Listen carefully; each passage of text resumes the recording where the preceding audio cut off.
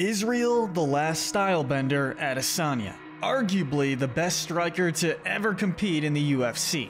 Israel Adesanya knocks Derek Brunson out in round 1. He has taken this sport by storm. Some guys just have it. Israel Adesanya has that thing. With a background in kickboxing and boxing, he seamlessly transitioned to MMA and quickly ascended the ranks with his unorthodox yet devastating striking techniques. Adesanya was born in Lagos, Nigeria on July 22, 1989. He stands at 6 foot 4 inches and weighs 185 pounds. As a young boy, he took up Taekwondo. At age 10, they moved to Ghana, but due to his parents wanting their children to receive a better education, they settled in Rotorua, New Zealand. However, he didn't fit in here. He stopped pursuing Taekwondo and instead spent most of his time watching anime. Adesanya was bullied during his high school years and attributes that to his pursuit of martial arts later in life.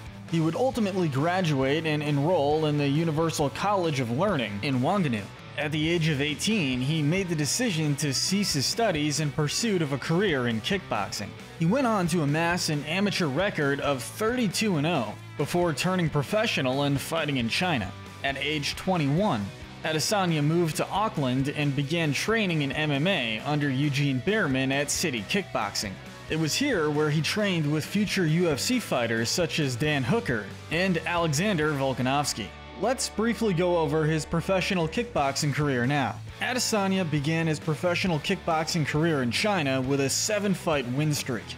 His winning streak earned him a place in the 2014 Kunlun Fight 80-kilogram tournament. Afterwards, he made his Glory debut at Glory 15. He lost to Philippe Verlinden by unanimous decision. After accumulating an 11-fight win streak, Adesanya would face Alex Pereira at Glory of Heroes 1 in Shenzhen, China. Pereira won the fight via unanimous decision. 2 years later, in a rematch against Philippe Verlinden at Glory of Heroes 3, Adesanya won via unanimous decision. He would have his last kickboxing match in a rematch against Alex Pereira at Glory of Heroes 7. Pereira won the fight by knockout after dropping Adesanya with a short left hook in the 3rd round. Now for his time in the UFC. Before joining the UFC, Adesanya made his professional MMA debut in 2012. He went on to amass an 8-0 record, fighting mostly in Oceanian and Chinese circuits.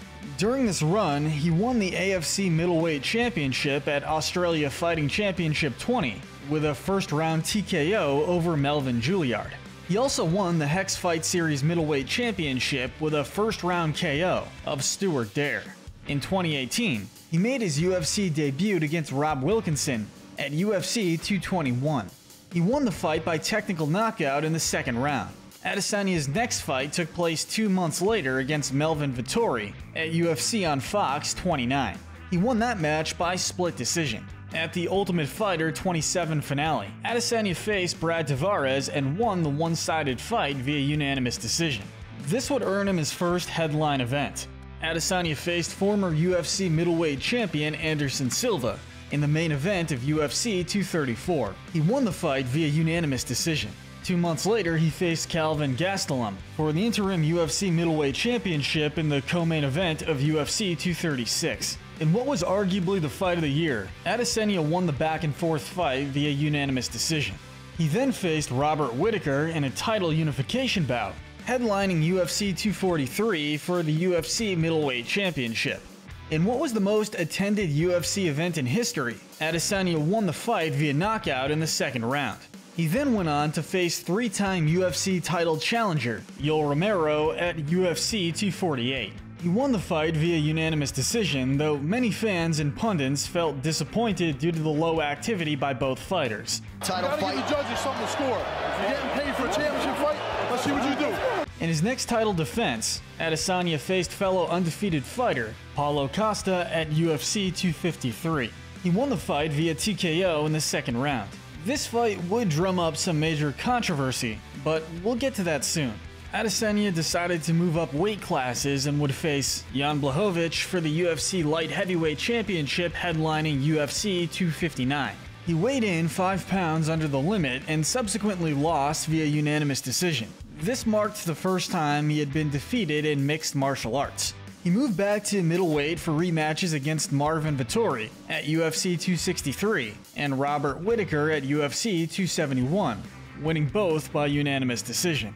Another unanimous decision win came against Jared Cannonier at UFC 276. His next fight at UFC 281 would be against a familiar face, Alex Pereira, who had 2 victories against him in kickboxing.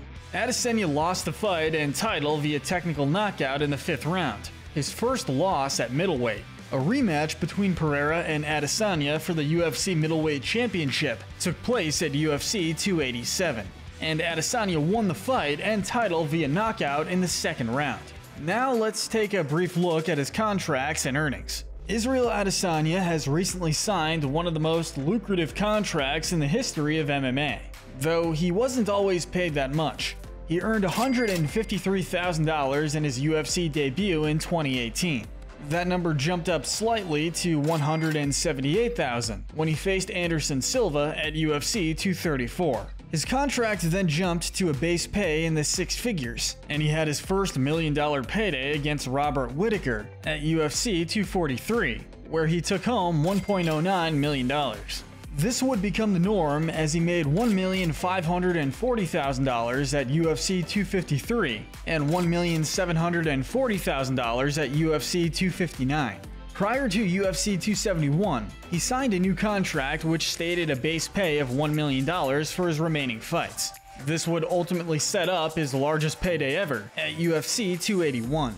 He earned $2 million in base pay, $600,000 in pay-per-view shares, and $42K in sponsorship deals.